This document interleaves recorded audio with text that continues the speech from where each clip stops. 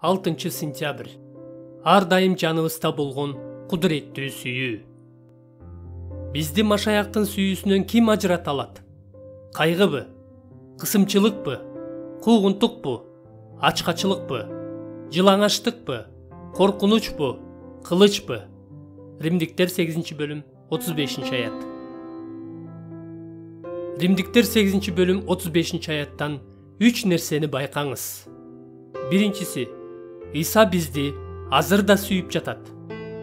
Аял көзү өтүп кеткен күйөөсү жөнүндө мени анын сүйүүсүнөн эч нерсе ажырата албайт дегенде, муну менен ал күйөөсүнүн таттуу жана күчтүү сүйүүсүн өмүр бою унутпай турганын айтып жаткан болушу мүмкүн.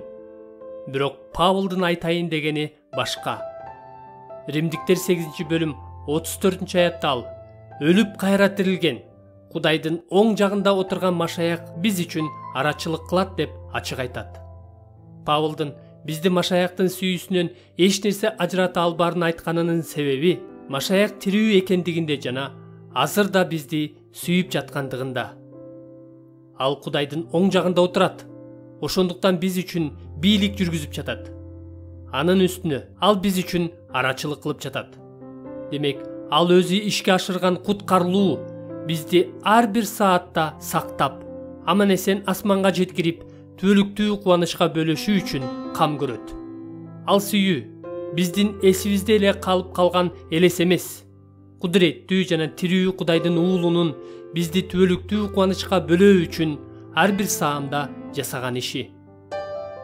Экинчиси, Машаяктын бул сүйүүсү бизди чындап эле андан ажыратпайт. Андыктан ал жалпы адамзатка эмес, анын элине.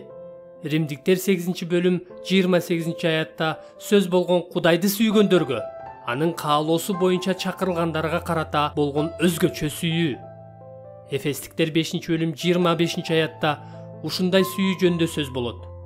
Күйөөлөр, аялыңарды Машаяк жыйынды сүйгөндөй сүйгүлө. Машаяк жыйын үчүн өзүн берген. Бул Машаяктын өзүнүн колуктусу жыйынга болгон сүйүүсү.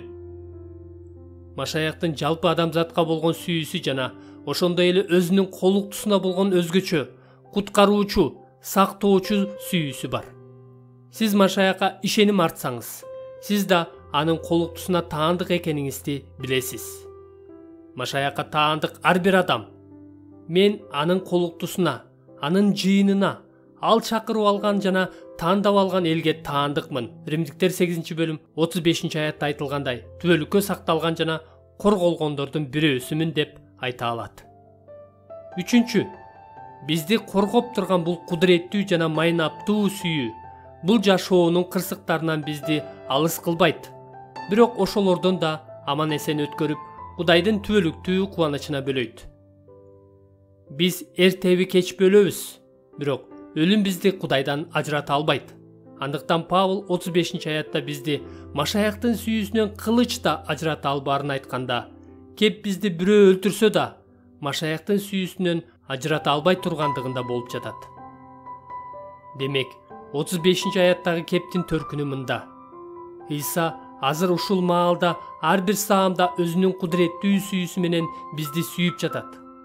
Ал сүйүү бизди кырсыктардан дайыма эле сактай бербейт. Бирок биз азап чексек да, өлүмгө дуушар болсок да, ал сүйүү бизди алардан аман эсен алып өтүп, түбөлүктүү кубанычка бөлөйт.